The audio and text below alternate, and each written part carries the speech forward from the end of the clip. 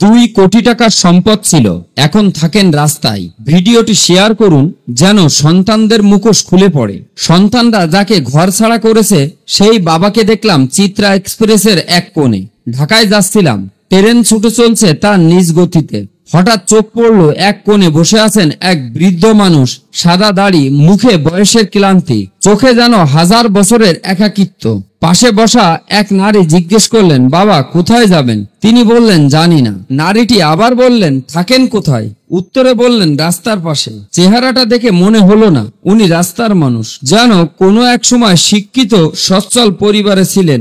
এক সময় যে ঘরে সবাই তার অপেক্ষায় থাকতো সেই ঘরটায় আজ তাকে চেনে না। তার নাম মোহাম্মদ সিদ্দিক। কথার ভিতর কখনো বললেন যশোর, কখনো বললেন কোটচাঁদপুরের চণ্ডীপুর গ্রামের নাম। তারপর যা বললেন শুনে বুকের ভিতরটা কেঁপে উঠল। 2 কোটি টাকার সম্পদ ছিল আমার, ছেলে মেয়েরা মেরে ঘর থেকে বের করে দিয়েছে। এখন 1 বছর ধরে রাস্তায়, সবকিছু ভুলে গেছি ভাই, শুধু আত্মীয়দের বাড়ি খুঁজি, হয়তো কেউ চিনবে, একটু জায়গা দেবে। এই বলে হঠাৎ ফুপিয়ে কাঁদতে লাগলেন। আমি উনাকে চিনি না, কিন্তু কেন জানি আমার নিজের চোখ দিয়ে পানি চলে এলো। চলন্ত ট্রেন আপন গতিতে এগিয়ে যাচ্ছিল, কিন্তু আমি থমকে গিয়েছিলাম। একজন বাবা যার হাত ধরে কোনোদিন সন্তানরা হাঁটা শিখেছিল, সেই বাবাকে তারা আজ ছুঁড়ে ফেলে দিয়েছে রাস্তার ধুলোয়। তারা হয়তো আজ সমাজে মাথা উঁচু করে ঘুরে বেড়াবে, দামি জামা পরে, গাড়িতে চড়ে, কিন্তু তাদের বাবার জায়গা এখন ট্রেনের এক কোণায়, অজানা কোনো এক শহরের দিকে ভেসে চলা। এই পোস্টটি যতদূর সম্ভব শেয়ার করুন যেন সেই কুলাঙ্গার সন্তানদের চিনে ফেলে তাদের এলাকার মানুষ। ভিডিওটি বেশি বেশি শেয়ার করুন। যারা জন্ম নিয়েছে একজন বাবার ছায়ায়, অথচ শেষে তাকেই করেছেন ছায়াহীন।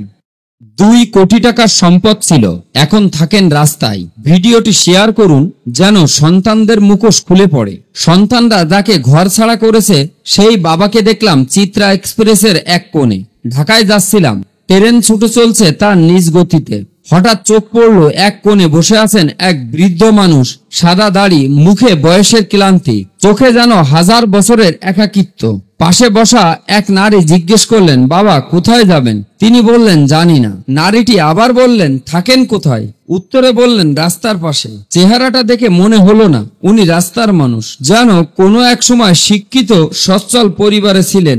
এক সময় যে ঘরে সবাই তার অপেক্ষায় থাকতো সেই ঘরটায় আজ তাকে চেনে না। তার নাম মোহাম্মদ সিদ্দিক। কথার ভিতর কখনো বললেন যশোর, কখনো বললেন কোটচাঁদপুরের চণ্ডীপুর গ্রামের নাম। তারপর যা বললেন শুনে বুকের ভিতরটা কেঁপে উঠল। 2 কোটি টাকার সম্পদ ছিল আমার, ছেলে মেয়েরা মেরে ঘর থেকে বের করে দিয়েছে। এখন 1 বছর ধরে রাস্তায়, সবকিছু ভুলে গেছি ভাই, শুধু আত্মীয়দের বাড়ি খুঁজি, হয়তো কেউ চিনবে, একটু জায়গা দেবে। এই বলে হঠাৎ ফুপিয়ে কাঁদতে লাগলেন। আমি উনাকে চিনি না, কিন্তু কেন জানি আমার নিজের চোখ দিয়ে পানি চলে এলো। চলন্ত ট্রেন আপন গতিতে এগিয়ে যাচ্ছিল, কিন্তু আমি থমকে গিয়েছিলাম। একজন বাবা যার হাত ধরে কোনোদিন সন্তানরা হাঁটা শিখেছিল, সেই বাবাকে তারা আজ ছুঁড়ে ফেলে দিয়েছে রাস্তার ধুলোয়। তারা হয়তো আজ সমাজে মাথা উঁচু করে ঘুরে বেড়াবে, দামি জামা পরে, গাড়িতে চড়ে, কিন্তু তাদের বাবার জায়গা এখন ট্রেনের এক কোণায়, অজানা কোনো এক শহরের দিকে ভেসে চলা।